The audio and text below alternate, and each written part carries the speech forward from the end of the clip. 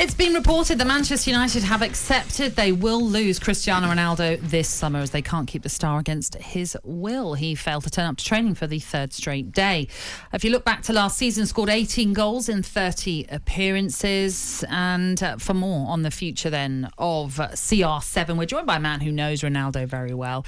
His Portuguese teammate, the Lille and Portugal defender, Jose Fonte. Morning, Jose. Jose, good morning. How are you? Good morning, everyone. Very good, thank you. Very good. Great to have you with us. I was going to ask the first question, Josie, before we move on to anything football. Have you enjoyed your break? What have you done? Have you been away on vacation, holiday? Have you chilled out? To be honest, dropping off and doing the pickup of the kids. They're still at school, so not much of a holiday. We've had a few days in Menorca, and that was it. Apart from that, it's just the normal daddy stuff that I don't do it during the year. Oh, well, that's nice. That's nice to be able to do that, actually, and just concentrate on being a dad, as you say.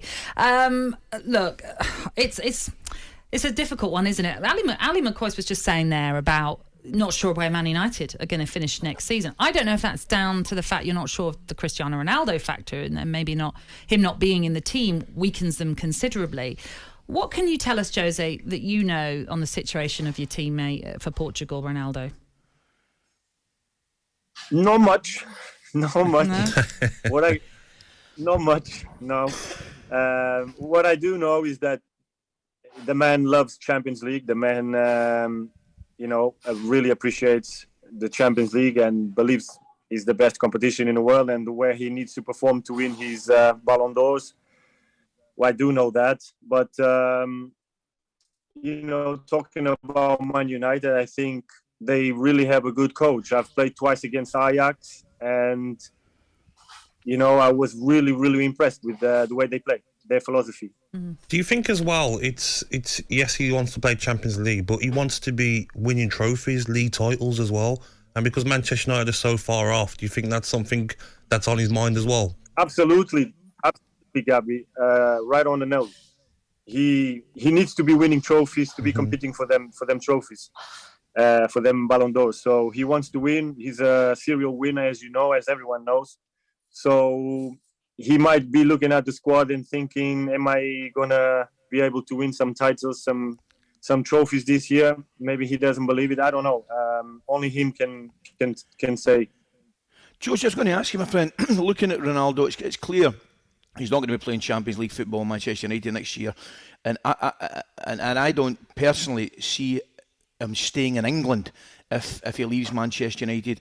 Where do you think his best option of playing Champions League football would be and winning things, which he clearly would want to do? Where would his best option be?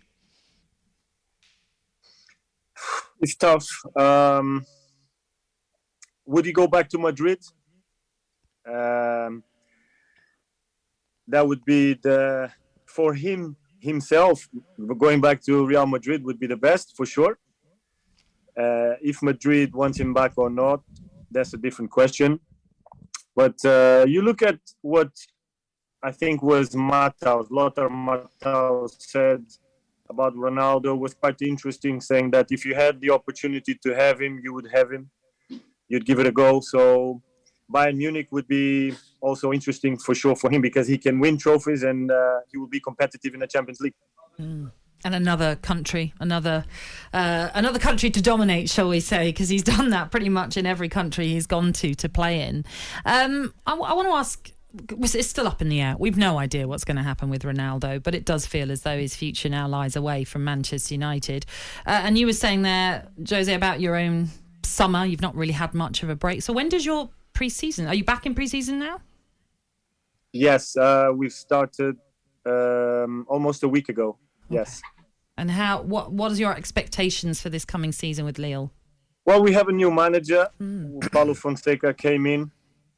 And in the first few days, he has impressed everyone.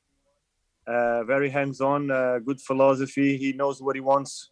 He knows how he wants to play, which is very refreshing. It's very nice to see.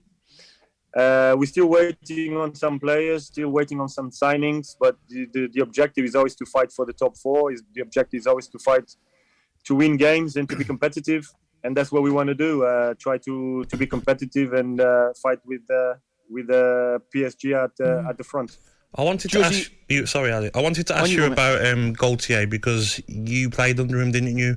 What will he offer that can get PSG the Champions League? Because you've seen Tuchel struggle with the big personalities in that squad.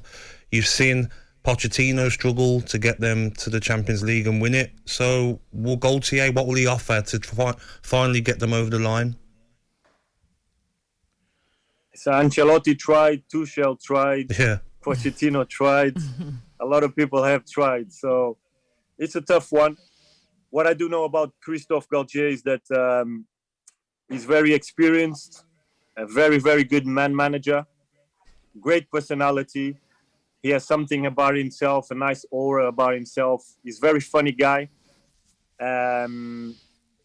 He's very good at explaining you what he wants from the team and what he expects from you.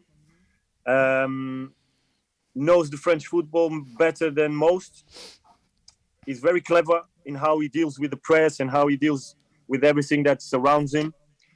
And he has Luis Campos behind him as well, which is another strong point, which I don't think the other managers had. So Luis Campos will be in the background, doing the dirty work for him, and he can concentrate on the football pitch.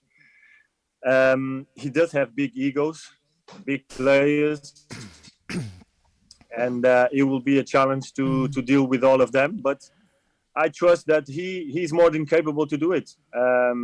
I really appreciate what he did for us, and I know he has a lot of potential and quality to be a successful manager in PSG.